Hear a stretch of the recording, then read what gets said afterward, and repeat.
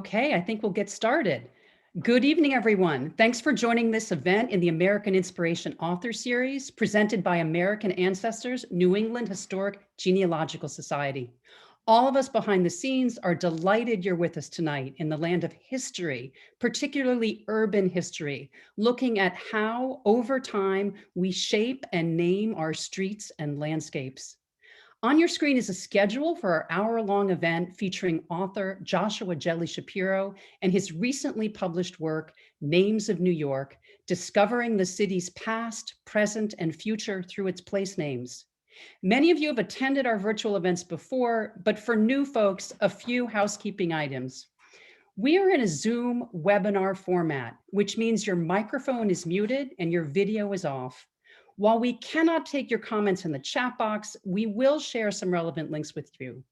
We do want to hear from you, though. We asked you as you registered about your family connections to New York's place names, and we got so many great comments and questions. We already have a lot to cover, but please, if you've not already asked a question or voted on what place we might talk about this evening, do enter your thoughts into the Q&A button at the bottom of your screen, and we will do our best to crisscross time all of the New York boroughs and various immigrant groups back to the original indigenous people of New York. Josh, buckle up. I don't know how we're going to cover all of this, but we are going to try. I'm Margaret Talcott. I'm the producer of Literary Series at American Ancestors New England Historic Genealogical Society, and I'm also the producer of the American Inspiration Author Series. The format for tonight's book talk will be a little bit different from usual. Soon, for about the next 25 minutes or so, Josh, our featured author, will talk about his new book, Names of New York. Do listen up, because thankfully in this talk, he's going to cover a lot of what you all said you wanted to hear. After his solo time, the balance of the program will be devoted to Q&A, which I'm going to help divvy up and sort through. We got wonderful questions from all of you, and we want to try to get to as many of them as we can. Tonight's program is being recorded by my colleagues here at the Brew Family Learning Center, and the video will be published in the days ahead on the American Inspiration website, as well as on the education pages of our americanancestors.org. We'll share that link in the chat, and we'll also send you a Zoom email to notify you when that video is ready, which will be really soon. As usual, signed copies of tonight's book, Names of New York, can be purchased through our partners at Porter Square Books in Cambridge. You'll see on the screen right now the coupon code AMINSP20. It's also being placed in the chat by Trisha. Do write it down, and if you use the code as you order online, they'll waive the shipping fee for media mail. You need to do this before the 20th of May. But even better, if you use the code, you'll get a hardcover book that has the author's signature in it on a book plate, your own signed copy.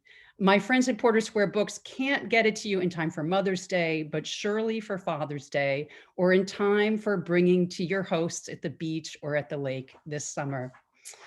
Now, some official background on our author tonight. Joshua Jelly-Schapiro is a geographer. He wrote the book Island People, the Caribbean and the World. With Rebecca Solnit, he co-authored Nonstop Metropolis, a New York City atlas. He is a regular contributor to the New York Review of Books, and he's also written for such well-known publications as The New Yorker, The New York Times, Harper's, The Nation, and Art Forum.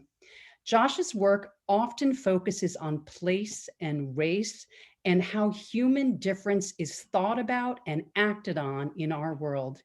In these endeavors, he's been supported by the National Science Foundation, the American Council of Learned Societies, and the Social Science Research Council. He earned his PhD in geography at UC Berkeley, where his doctoral thesis was awarded by the Caribbean Studies Association. Today, he is a scholar in residence at the Institute for Public Knowledge at NYU, where he also teaches and where he is tonight. Josh, I want to welcome you. Because we are the New England Historic Genealogical Society, of course, I have to mention to folks that you are originally from New England, right? This is true. I was born in Boston, in fact, Beth Israel Hospital. Grew up mostly in Vermont, though, but I'm especially delighted to know Porter Square Books involvement tonight because I went to preschool across the street from Porter Square at Agassiz Preschool in Cambridge. So I have deep ties to that part of the world for sure. Well, I bet it looks a little different now, Porter Square. Probably a little Maybe grittier. so. You're a young man, but I bet it was a little grittier then. Well, that's all very well and good. And I have some New England blood too. So I'm sure we're related somehow. But let's get back to New York, one of my favorite cities, and its names. And I think you're going to start us with a reading, which I'm really excited about. We love readings here. I'll turn it over to you and I'll come back at the time of Q&A. He's going to show us some wonderful PowerPoint images too. So buckle up, everyone. Josh, over to you. Great. Thank you so much, Margaret, for that kind introduction. Thank you to American Ancestors for having me, and thank you to all of you for coming. Really a pleasure to be here. We're doing a lot of talking here in New York, where I am, right off Cooper Square in Lower Manhattan. So it's wonderful to connect with folks in New England and far beyond. And yes, as Margaret mentioned, I thought I'd start us off here with just a brief reading from the beginning of the book. That essentially just articulates my attachment to and interest in names, in place names in particular, the ways in which place names can serve as both portals to understand the past and the layers that make the past, and also as ways to reconsider the present. So I'll start off with that brief reading from the introduction of this book, and then we'll get into some slides and images and all sorts of stories about the names that make up New York. So, names of New York. Here's a little taste from the beginning of this book. Names matter. Just ask any parent agonizing over what to call a newborn, or any kid burdened with a name they hate. Just think of the song made popular by Johnny Cash about a boy who explains that life ain't easy for a boy named Sue and confronts the father who named him. My name is Sue. How do you do? Now you're gonna die. Whether you traverse your life as a Jane or an Ali or a Joaquin or an Eve, or you decide as a grown-up that you'd rather endure and enjoy it as someone else, we all learn that names mark us. Totems of identity, systems of illusion. Names can signal where we're from, who our people are, who we attach ourselves to, which Bible character or dead relative or living movie star our namers loved best. Murmured by an intimate or yelled by a foe, a name can be an endearment or a curse. Declaimed by protesters in the street, a name becomes an assertion of dignity, of rights, and of the refusal to overlook or forget. Names are shorthand, they're synecdoche. They're acknowledgments or shapers of history, containers for memory or for hope. And if names matter so much when attached to people, they matter even more when attached to places, as labels that last longer in our minds and on our maps than any single human life. Name, though it seem but a superficial and outward matter, yet it carrieth much impression and enchantment. That's how Francis Bacon described the matrix of associations we affix, consciously or not, to the public words by which we navigate our days.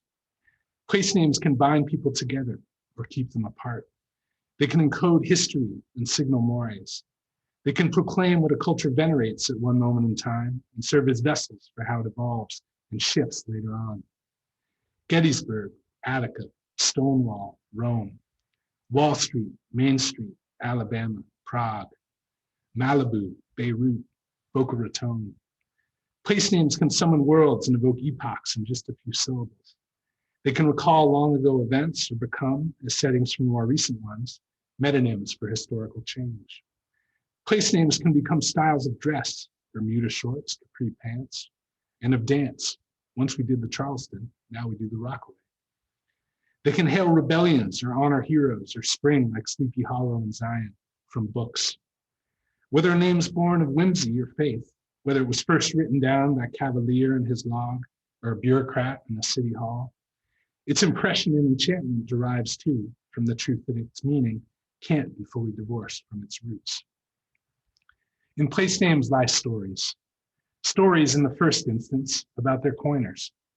Tales say about the long ago Dutchman who wandered an island of wetlands and hills that the people who lived there may or may not have called Mannahatta, but whose northern acreage those Dutchmen named for a marshy town in Holland called Haarlem. Then there are also stories about the complex or contradictory processes by which certain labels come to be recognized as official. Stories about how people, singly or in groups, attach certain attributes to place names that grow iconic of, for example, as with 20th century Harlem, Black culture and pride.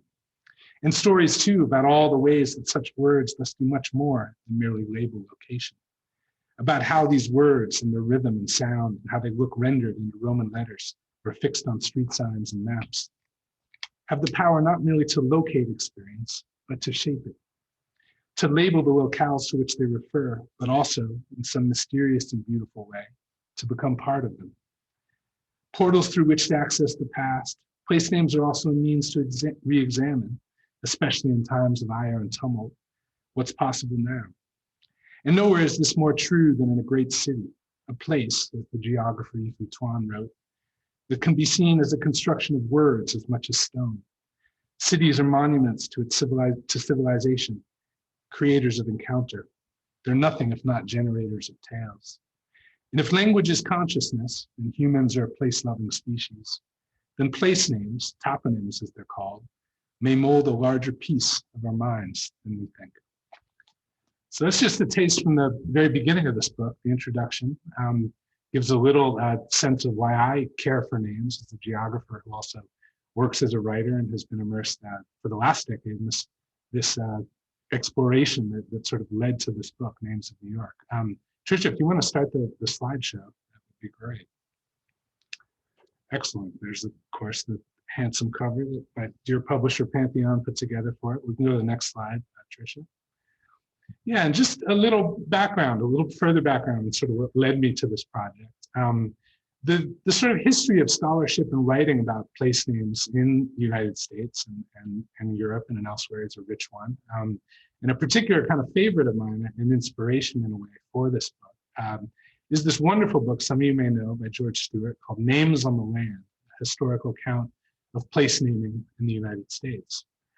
In this book, it was published around the end of World War II. George Stewart was a wonderful scholar and novelist out in Berkeley, where I went to grad school.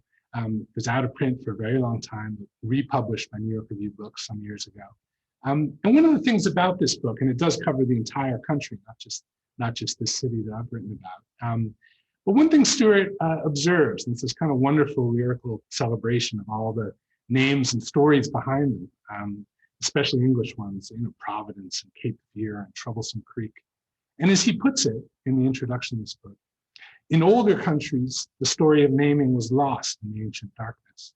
But in the land between the two oceans, much of the record could still be read. Who gave the names and when, and even why one was chosen rather than another. And I think what's key about that insight, right, is that he's sort of implicitly comparing the story of place names in the United States to Europe, to places also in Africa and Asia, where to uncover the origin of a name, one often has to go back through several different powers, through different languages. You have to be sort of versed in all the ways in which a name could change across the centuries. And of course, here in the United States, we reach back to many indigenous names, to those who were here and had named and described the landscape before Europeans came. But then after that, right, there are just several layers to sort of get through, not dozens, right? And so in the case of New York, of course, we have the Dutch, we have the English, and then we have everything that's sort of transpired in the last couple centuries. Next slide, Tricia.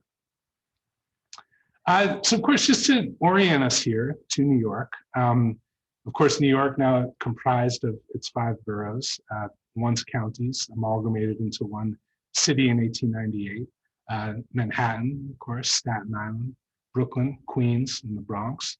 Or as I like to say, the Bronx, is the only part of New York that's not an island. So it's the only part that's sort of typically, it's connected to North America. I made a map once where we jokingly labeled the Bronx North America and the rest an archipelago of New York. Next slide. And in this book, what I do is, as I say, I sort of invoke the layers that make up the names of New York. And of course, the place to start there is, as I call it, the names before, Native American names. The most well-known of those, of course, is Manhattan, derives from the Munsee Algonquian language of the Lenape people who were here when Henry Hudson and the Half Moon showed up. There's some disagreement about what exactly the sailor on Hudson's boat who heard this word Manhattan actually heard, or what the person who uttered those syllables meant by that phrase. Our best guess now, there's been several versions. One was Island of Hills. Our best guess now, which comes to us from a fluent speaker of Munsee, the Lenape people, their descendants are now mostly in Oklahoma or in Ontario. And essentially the best guess that we have now is that perhaps Hudson sailor heard Manhattan, place where we gather wood for bows and arrows. But as with many native place names, that there's a good bit of guesswork that's involved in that. We weren't present for when that person wrote down whatever they heard. And so many place names, whether they name or sort of honor a native leader or sachem who's there in the area, or a Lenape or Munsee place word, right? And this is sort of, Canarsie is one of those, Rockaway is another. Rockaway meaning marshy place or beach. There's many of these, right? And across the river in New Jersey, Hoboken, Hackensack, Passaic, so many native place names in this part of the world, as across the US, where no fewer than 26 states, right, are derived from Native American languages.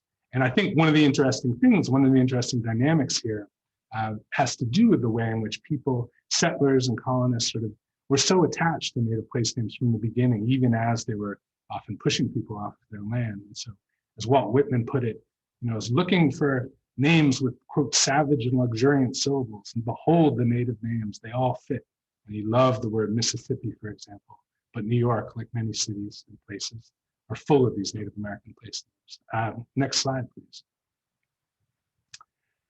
Of course, then after that moment of encounter, and then the moment of sort of purchasing and negotiation and everything that goes into New York being settled by the subsequent European powers. Of course, the Dutch are here for a few decades, for a shockingly brief amount of time when you think about all the impressions that they left, the names that they left, right?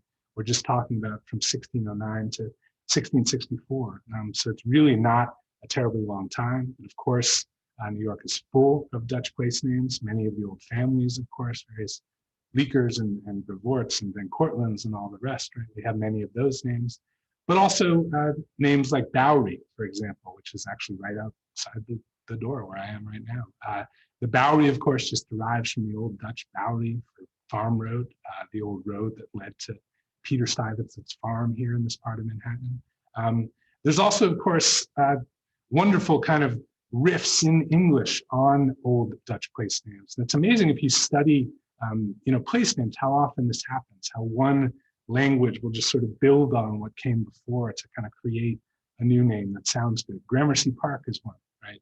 Sounds vaguely English, like a sort of Tony district in London or something. But Gramercy actually is just a sort of riff on the old Dutch name for this part of Manhattan. The Crow Marsh, the Crooked Marsh. Essentially, the English just took that, turned it into Gramercy.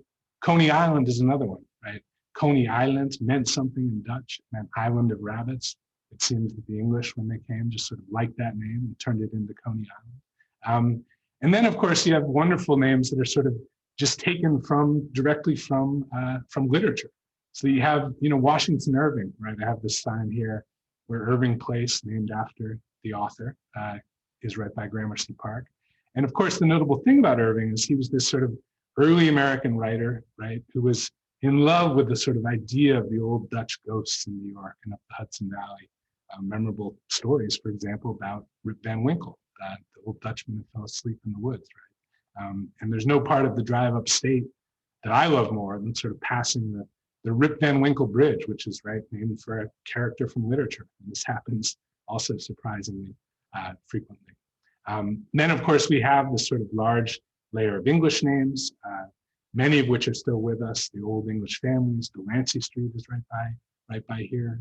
Delancey is actually a Huguenot family, but became English, right?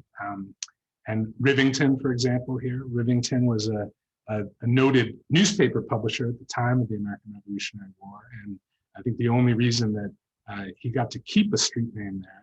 He actually ran the leading loyalist paper at that time, but it emerged after the war that he was in fact a double agent for George Washington, the Continental Army. So thus we have Rivington Street crossing Bowery.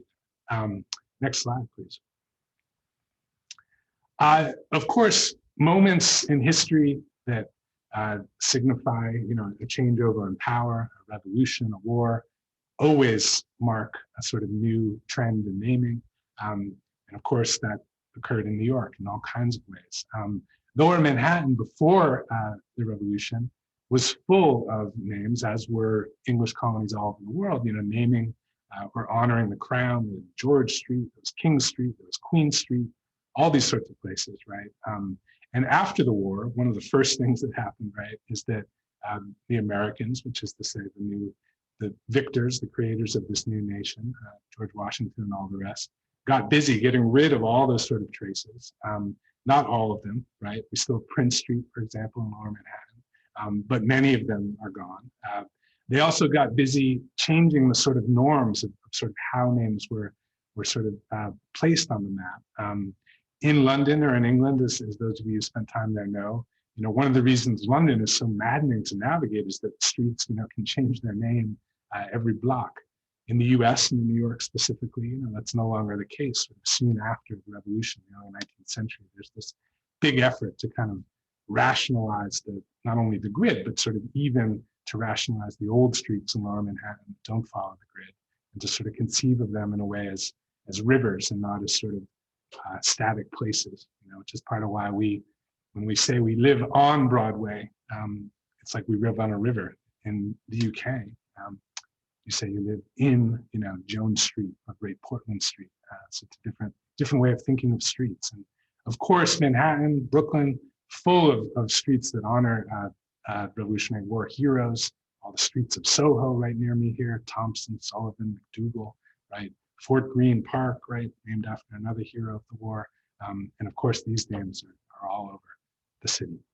None more notable, perhaps, or none more numerous, I should say, than places named for George Washington, right? Beginning with Washington Heights, the far northern tip of Manhattan, where he set up camp to prevent the British from sailing up the Hudson. Next slide, please. I also, in this book, get into, right, the sort of stories of place naming in the modern city. This city that goes from being, right, this small Dutch trading post in the early 1600s to 300 years later, right, is the biggest, the most populous, the most wealthy city on earth, right, within 300 years. It's an extraordinary story. So the story of how that happened, right, has to do a lot with, obviously, the bigger history of the United States, the building, the digging of the Erie Canal, the connecting of this great port to the resources of the heartland, right? And the kind of tremendous pace of growth that occurs in New York in the late 19th and early 20th century with all these sort of new housing developments, these new subdivisions, right? And there's all kinds of fascinating clusters of streets where individual developers, I just mentioned the Erie Canal as a part of Crown Heights in Brooklyn, for example, that all the streets are named in order of a trip up the Erie Canal and across, right? So you have Utica and Troy and Schenectady and all the way across to Buffalo. You have housing developments, for example, or neighborhoods in Queens that are sort of named after, or just named by developers. Arverne is one that I love particularly. I'm fascinated by the ways in which, right, many times place names just stick because of the way it seems that people like how they sound, right? And Arverne is a funny example. It's a sort of beach community by the Rockaways, not far from JFK Airport. And as the story goes, this place got its name, this developer called Remington Vernon, apparently signed his checks R. Vernon. And as the story goes, his wife really liked the sound of that. So they coined this new neighborhood, Arverne, still there, right? The Frack City, named after the developer of this large housing development, center of Queens, right? Utopia Parkway is another kind of amusing one. Utopia, and tragic in a way. Utopia Parkway, named for a housing development that eventually was never built. It was named to be named Utopia by its developer because it was going to be a place where Jews and other people who hadn't been allowed in some of the other racially and ethnically exclusive housing developments in the early 20th century were going to be allowed to live. Sadly, the developer ran out of money, but the parkway that was to lead to this place remains. There's a kind of poetic element to this utopia. The literal meaning of it, right, from the Greek, is no place, a place that's so marvelous it can't exist. So there it is, Utopia Parkway. In any case, as I said at the top, right, in place names lie stories. It's a wonderful and sort of incredible way, I think, to sort of dig into the layers of the city, to sort of uncover the stories behind them. Next slide, please. Yeah, and in terms of thinking about the city now, in terms of thinking about sort of not only conflicts around place names and sort of a vital, I think, civic conversation about place names and their power, which for me, as someone who cares about them, is amazing to sort of register and look at and think about. There's a great sort of conversation in New York, specifically now. Every city, of course, has different sort of policies about adding honorary street names. But in New York has a particularly kind of, depending on how you look at it, liberal, prolific, promiscuous, choose your word, of letting city council, sort of individual city council people, essentially name and sort of figure out sort of who they want to honor in their neighborhood. And since 1992, which is when a new law went into place called Local Law 28, which essentially made it even easier for city council to do this. And part of this was because the official city map makers, in fact, didn't want to keep actually changing the map. There'd been, several name changes down the years, honoring, Mickey Mantle in the Bronx, and Lou Gehrig has a street up there. Famously, Fiorello LaGuardia, the mayor, in the 1940s, changed the name of 6th Avenue, sort of forced this through to call it Avenue of the Americas. The rationale essentially being that, 5th Avenue got all this sort of glamour and shine, and 6th Avenue needed to have a kind of identity and some cachet. So rechristened it Avenue of the Americas. Catch was people who did business on and lived in that part of Manhattan or up and down 6th Avenue never really took to that name. So in the 80s, the city relented, in fact, and sort of re-added 6th Avenue as an official or second official name there. And so there's a fascinating way, I think, that what determines whether a street name sticks or not is partly to do with, how it sounds. Harlem is another, the name of Harlem, the neighborhood, right? I mentioned that in the reading. Harlem, of course, now is iconic as this kind of mecca of Black history and culture, and all these wonderful songs and poems and books written about it. And I think that part of why it's stuck, is that that's a wonderful and fun word to say, Harlem. When the English took over, in fact, they tried to rename Harlem Lancaster. And to me anyway, thankfully they didn't succeed. Harlem is a much jazzier sounding word, so we wouldn't have the Harlem Renaissance. Lancaster Renaissance isn't quite the same thing. But in any case, I digress. What this slide shows, right, are some of the ways in which now all across the city, I think a quarter of local laws passed last year were in fact honorary names, honoring, for example, in Upper Manhattan, Juan Rodriguez Way honors a founding father of the Dominican Republic. That part of Manhattan is home to many Dominican immigrants. And then at the bottom, this was just last week, in fact, up in the Bronx, a new street sign for a great musical hero, the hip hop artist Big Pun. But in any case, this happens all across the city and keeps happening. Next slide, please. Yeah, and then, where this sort of book ends, or where it sort of gets to, is with a meditation on sort of how place names, as I mentioned earlier, can both sort of gesture toward history or sort of signal the stories that create history and create the present. But they're also, of course, a way to sort of think about the darker elements of history. As I say, I really welcome all the conversations now that are sort of happening around names, in part because they do sort of acknowledge the power of names and as teaching tools. The images here on the screen, this marker for New York's municipal slave market only dates from a few years ago, in fact, and this is on Wall Street itself. Wall Street is named for being an original northern edge of the old town of New Amsterdam, later New York. And what's fascinating about this is this dates from artists, activists sort of agitating for the city to place this marker, because as it happens, right, the main slave auction block in Manhattan, people don't think of New York as a slave port, it's in the north and so on. But of course it was, and it was a key node in the triangle trade. Lehman Brothers began as a cotton brokerage.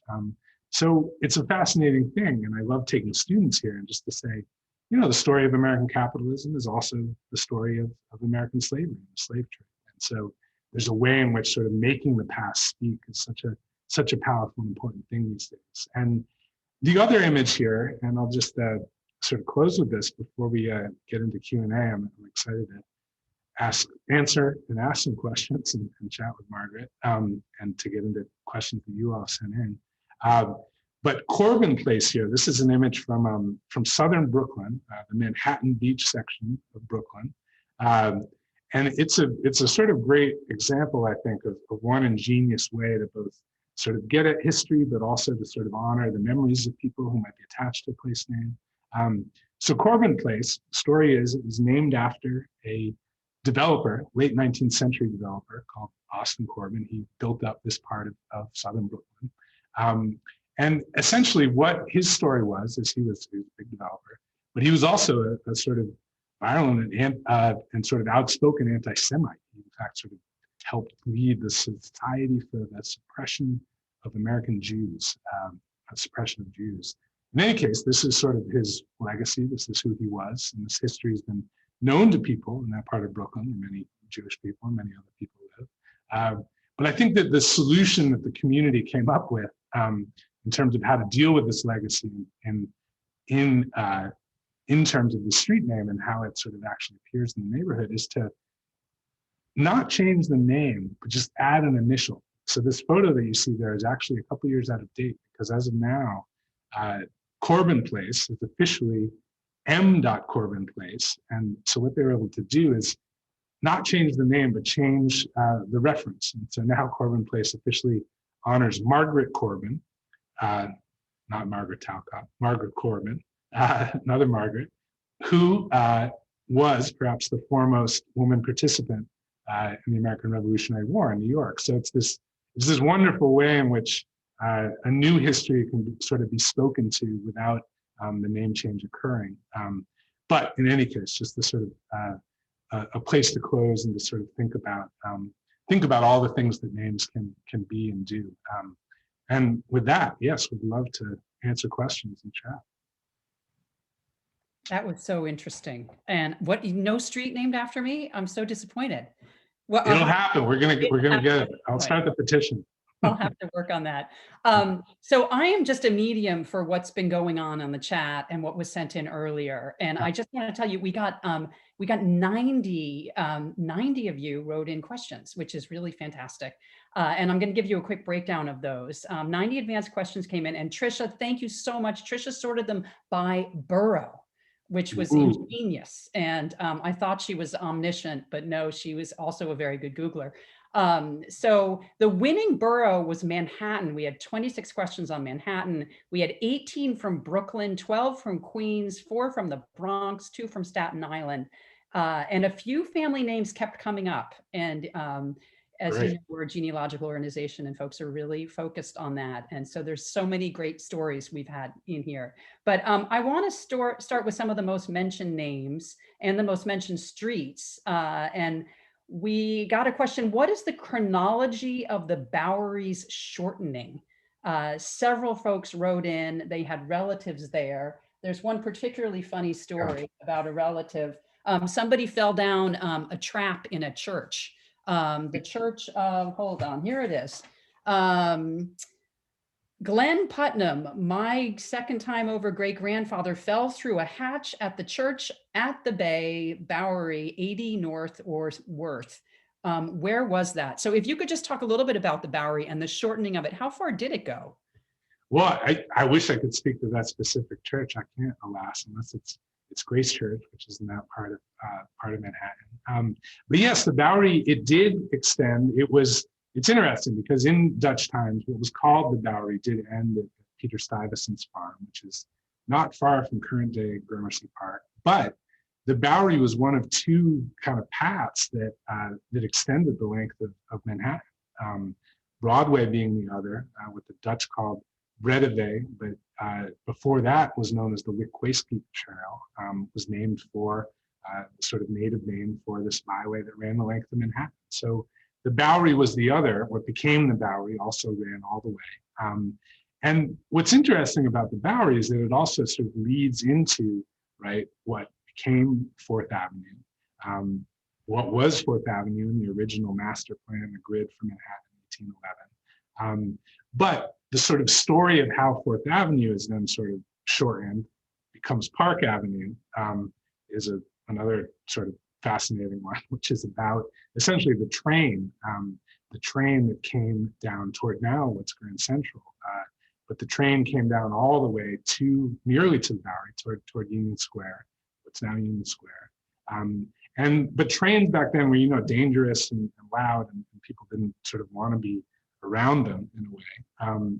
And so essentially what happened is they sort of dug out a section of Murray Hill in what's now the 30s and put this grassy median on top of it. And that became Park Avenue, which extends further north. Later on, people want to name what's the little stretch of Fourth Avenue, Park Avenue South. In any case, I go on and on about the sort of story of what became of the Bowery, of what became of this, what was once a thoroughfare that ran the length of Manhattan and now has several names. But that's a bit of the story of that. They dropped Grand Central right in the middle of that, didn't they?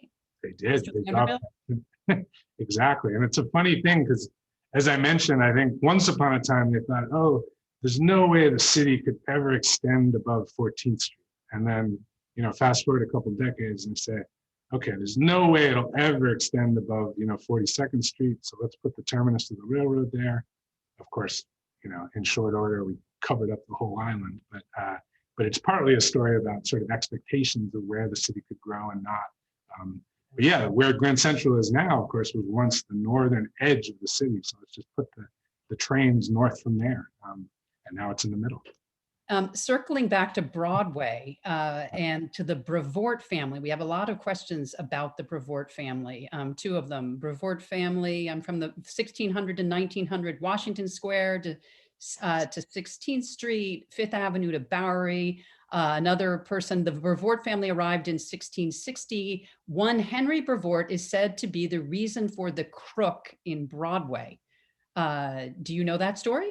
I do. I love that someone asked that. That, as the story goes, there's some sort of debate about where exactly the crook happens, not far from where I'm sitting right now on 10th Street around Grace Church. But the story I've heard that seems quite credible is that, yes, the Brevoort heir, who was sort of in charge of the family estate in the early 1800s, when this was still farmland north of where I am now, essentially, he had the sort of power and juice, you might say, to sort of convince the city when they were laying out this Broadway and sort of making it hew more closely to the grid, right? He said, no, I don't want you to mess with my orchard.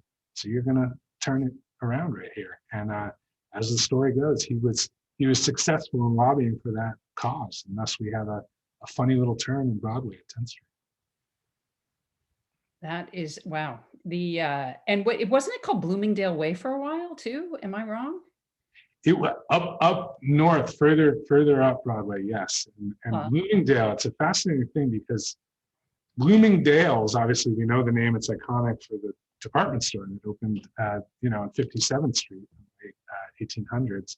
But Bloomingdale also, totally unrelated, comes from the Dutch term Bloemendaal, or Valley of Blooms, Valley of Flowers, which was the Dutch name for the upper West Side. So essentially to the west of Harlem. And a wonderful sort of story there is that in Harlem, sort of to the west of the town of Harlem, there's a sort of Valley of Flowers that was known then as Bloemendaal. So essentially it's a moving of that geography to a new place. And so the old name for the upper West Side was the Bloomingdale district of Bloomingdale.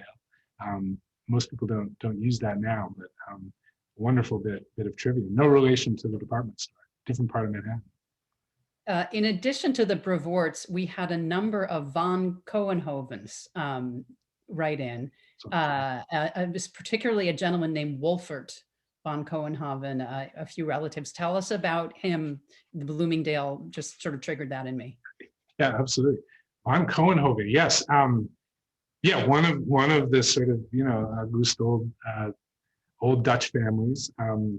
I think we're involved in the sort of founding and development of what the Dutch called Beverwyck, what we know as Albany. They called it the Beaver District, so up the river there. But notably, the kind of the most well-known of the von Coenhovens was the fellow who was in charge of New Amersfoort, which was one of the original Dutch villages, what's now Brooklyn. Right, Brooklyn was another one. Brooklyn was just this little village by the river, by now what's now the Brooklyn Bridge.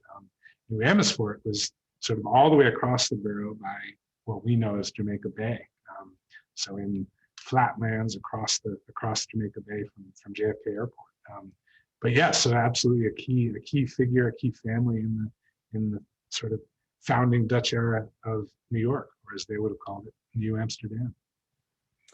I had the good fortune to get some advice this afternoon about reaching out to Henry Huff, who is the editor of the Register in our organization. And he gave me the neighborhoods where the descendants of the Dutch settlers in New Netherlands would have settled. And there might have been some rogue English sorts here too.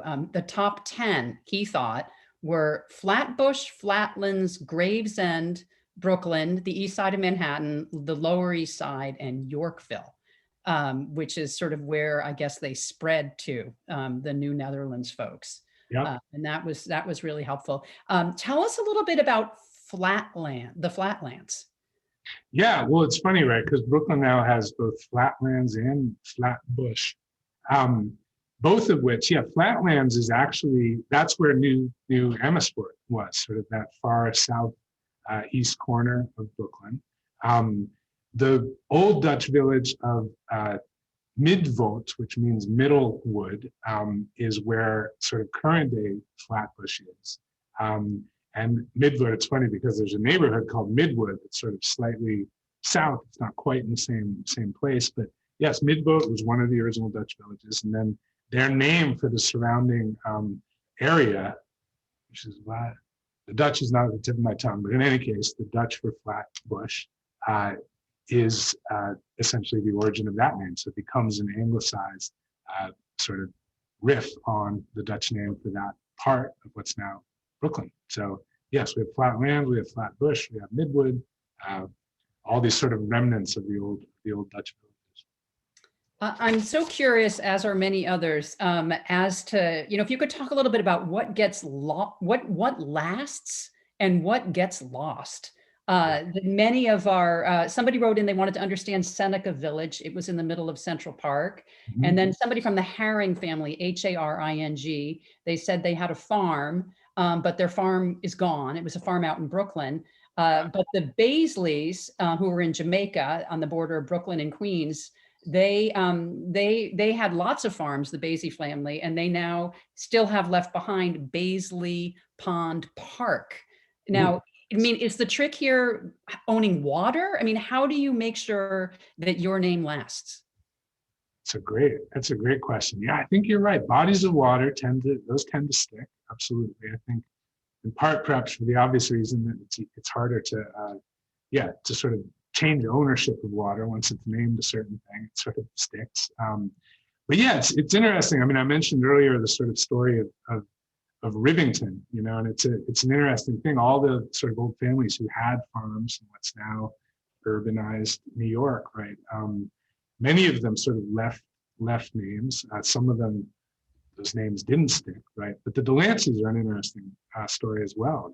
Old, Huguenot families sort of became anglicized. And the Delancey farm, the old Bay had laid out a grid. They were going to subdivide it themselves. But essentially, the Delanceys got run out of town after the Revolution because they were very much loyal to King George. And it's interesting because Delancey Street remains. We still have Delancey, so they got to keep that. But several of the other sort of streets that they named left, or were removed from the map, I should say. But many of the other street names, Orchard Street, for example, names the old orchard on their farm on the Lower East Side. But I love, some of the random, you think they're random, but Elizabeth Street, Hester Street. These are just names of the sort of beloved daughters of the Bayard family, for example. I love thinking about it. It's like, what was Hester like? What was Elizabeth like? Now we think of, Hester Street is like the center of the old Jewish Lower East Side. Hester was a daughter of one of these families. But to your question, I think it's obviously sometimes politics goes into this and sort of who's in favor of those in control. But also, as I say, I'm so intrigued by the ways, and I really believe this, that sometimes just people get attached to the sound of something and it's just unthinkable to remove it from the map. And I think that happens surprisingly often. Flushing is like listening or something. There was a Dutch, I don't know what it means, but Flushing came from Vlisten. That's the Dutch name was Vlissingen, which is a port in the Netherlands. And the English, basically, that's an interesting one, actually. They came, because it's on the North Sea, this is a port that they'd frequented over the centuries. So there's an English name for it, which is just Flushing. So they essentially just renamed it with their name for it. But that one's amusing because, if my theory is good about sounds, I think anyone in their right mind would say, something that reminds us of toilets probably isn't a great brand, for your town. But Flushing has stuck around, and Flushing, of course, is a wonderful part of the city, home to the Flushing Remonstrance, and the sort of center, I think, of a kind of ideology of religious tolerance in New York that's so key to this place, and so key to the larger story of the United States in the past. So no, Flushing is a key and wonderful place, and now the center of New York Chinatown. So or I should say Queens Chinatown. So all the signage is in Chinese. So places grow and change, but it's still called Flushing. We had a question about why Jackson Heights is called Jackson Heights. Who is that named after? Yeah, so Jackson Heights, it's funny. One thing to say about Jackson Heights is it's like essentially dates from, the moment I invoked earlier of all these new developments and subdivisions going up in the early 20th century. In that part of Queens, which is north central Queens, and it's not high at all. That's one of the funny things. Like a lot of these places, and a developer, in that case, the Queensboro Corporation basically bought this swamp, what's now LaGuardia Airport, and said, we're going to name it Jackson Heights, make it sound appealing. It was where the subway was going. But Jackson, yes, Jackson, is his name George Cecil? I'm forgetting. Anyway, Mr. Jackson was one of the great sort of worthies from Old English times in Queens. He was one of the kind of founding figures of Old English Queens when it was a bunch of towns, not a borough or a county, of course. But the developers essentially like, who can we, sort of name this place after? So not someone who was particularly contemporary, particularly relevant. But yes, old Mr. Jackson, and slap the word Heights on it to make it sound appealing, even though it's in a swamp. It's not high at all. There's not a single bluff there. There are no bluffs. It's bluffless. Bluffless. But by the way, Jackson Heights, maybe my favorite neighborhood in the entire city now, in part because as someone who loves words and language, Jackson Heights is the most linguistically diverse neighborhood in New York, which is to say, most linguistically diverse neighborhood in the world. There's literally hundreds of languages spoken in that part of Queens now. People from all around the planet, all there, speaking their language, making new place names, and figuring things out. So it's a wonderful part of the city. You have a chapter in the book. It's called, or you refer to who has the power to name. Who gets that? And clearly, Robert Moses did. And I'm curious if you could just remind us of the name. And he also had. Is it a park? I certainly have been to Robert Moses Beach. Yep. And that's a lovely beach out there. Yep. So who did he name his beach? Did he get given the beach, or did he take it? How did that happen? And what did he, the Brooklyn Queens Expressway, that's an old tradition, naming roads that go between towns. Yeah. So how many of those roads that he made did he name? Yeah, great question. I mean, you have to, read Robert Caro's great book about Robert Moses, The Power Broker. It's be reminded of all of them because this man, over the period of decades, reshaped New York profoundly. So many of the big bridges, the Throgs there, the Triborough, and so many of the highways, the BQE, the Cross Bronx Expressway. Robert Moses State Park, that is a good question. I don't recall off the top of my head whether I would imagine it was sort of named for him late in life or sort of after him. I don't recall exactly. But yes, the notorious power broker sort of kept his office under the Triborough Bridge. Recently, by the way, renamed the Robert F. Kennedy Bridge. Though no New Yorkers call it that. They're so attached to the Triborough. It's like, no, can't call it RFK.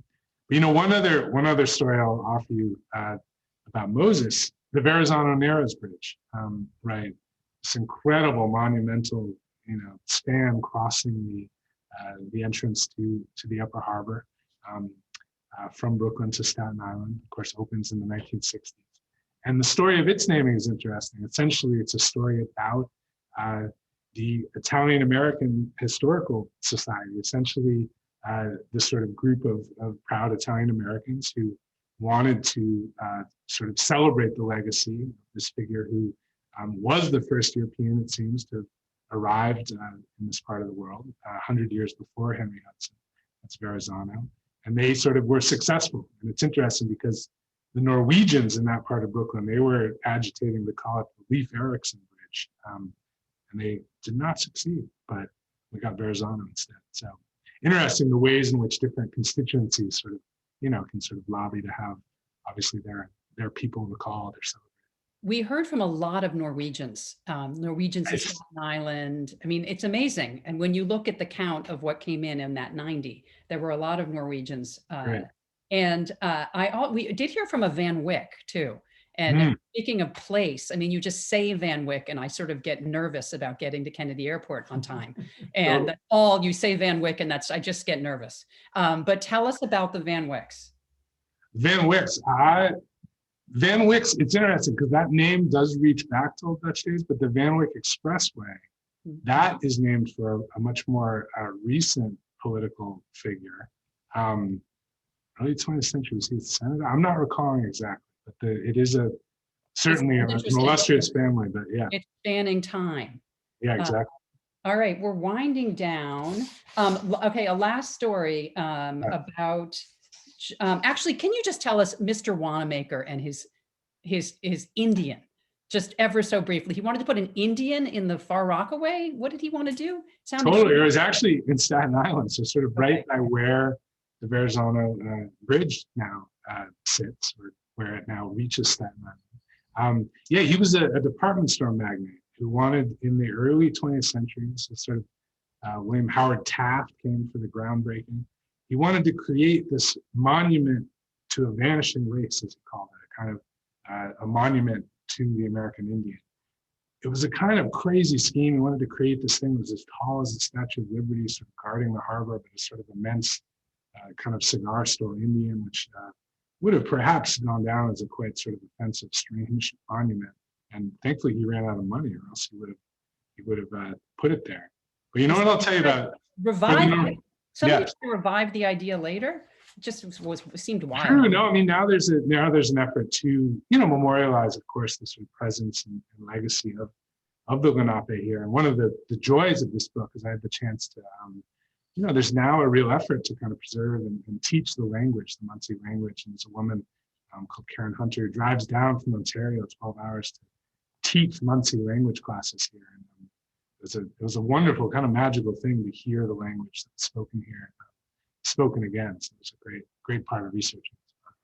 So I can't resist this one. You told the story of Yellow Hook that got renamed because of the yellow fever. It had sort of bad connotations, understandably, and it turned into Bay Ridge, Queens. Totally. And I'm wondering, are we going to rename Corona Queens? Such a good question. I'm so glad you asked that because I was dying to tell the Yellow Hook story.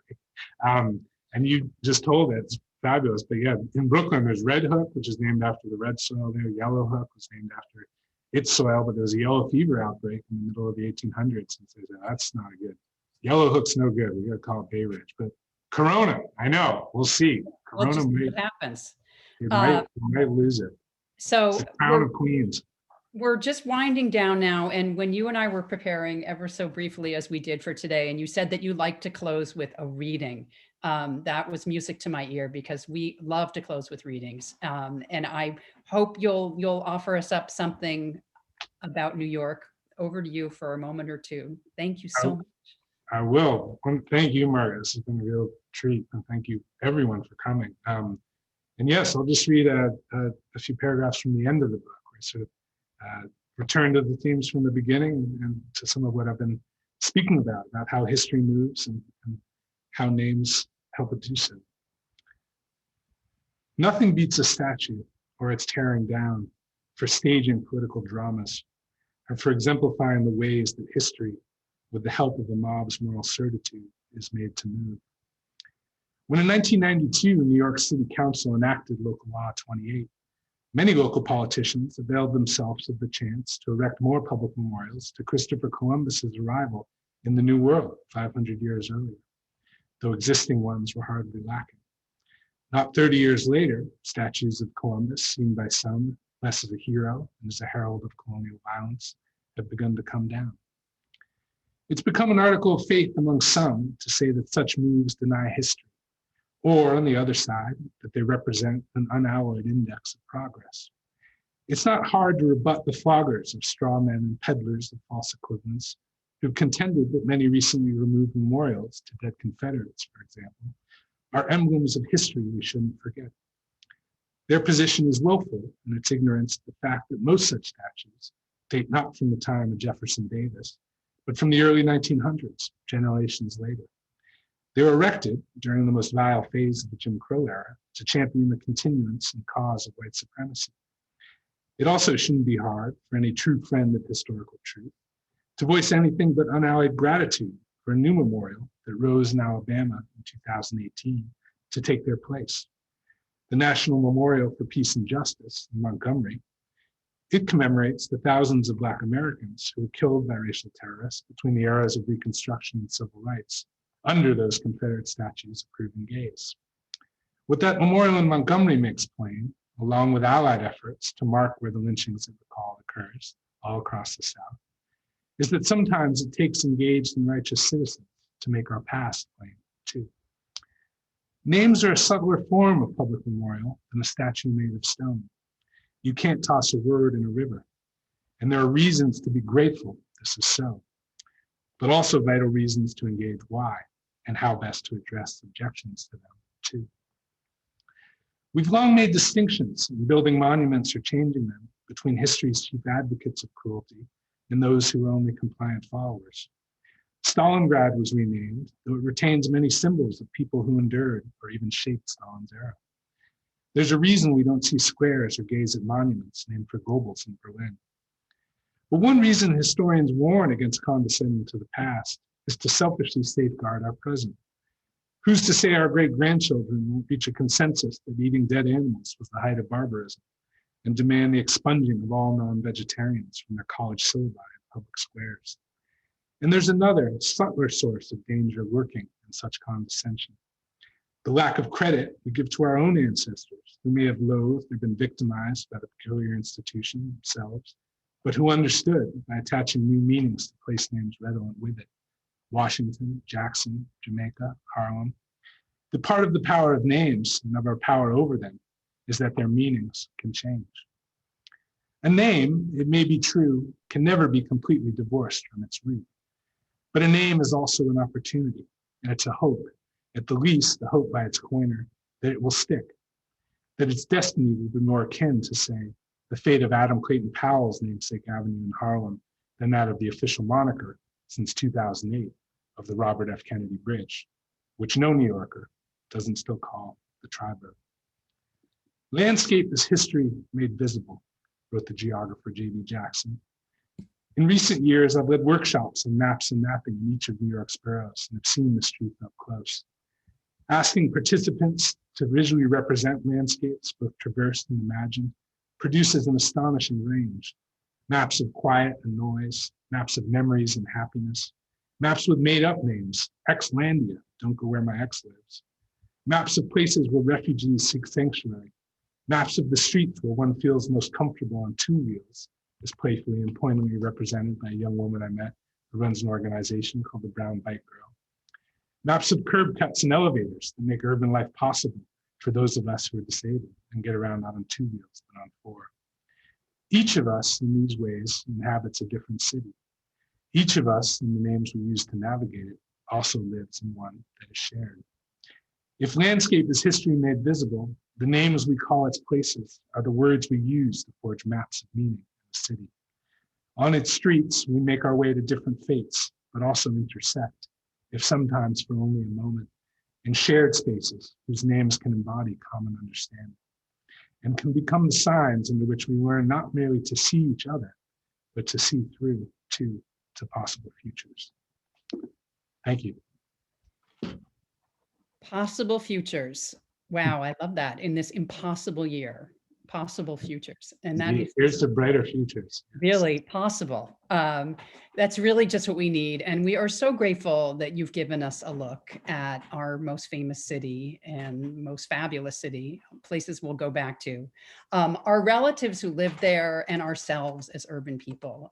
This has really been very meaningful for us and really, really fun. So thank you for this. And we at American Ancestors are truly delighted to have presented this evening. And if you are researching a city, if you're researching a family or someone else, first you want to buy this book because we have want to remind you that if you use the code AMINS20 and you are reaching out to Porter Square Books, they can send you a book. And there's so much more in there. We covered a lot tonight, but there is a whole lot more there. And it's a really great place to start, particularly if you have New York relatives. And but at American Ancestors too, if you are researching a family, our stacks are closed because of the pandemic, but you can visit our digital archives, or you can connect with one of our genealogists online at americanancestors.org. Join in an educational program from our Brew Family Learning Center.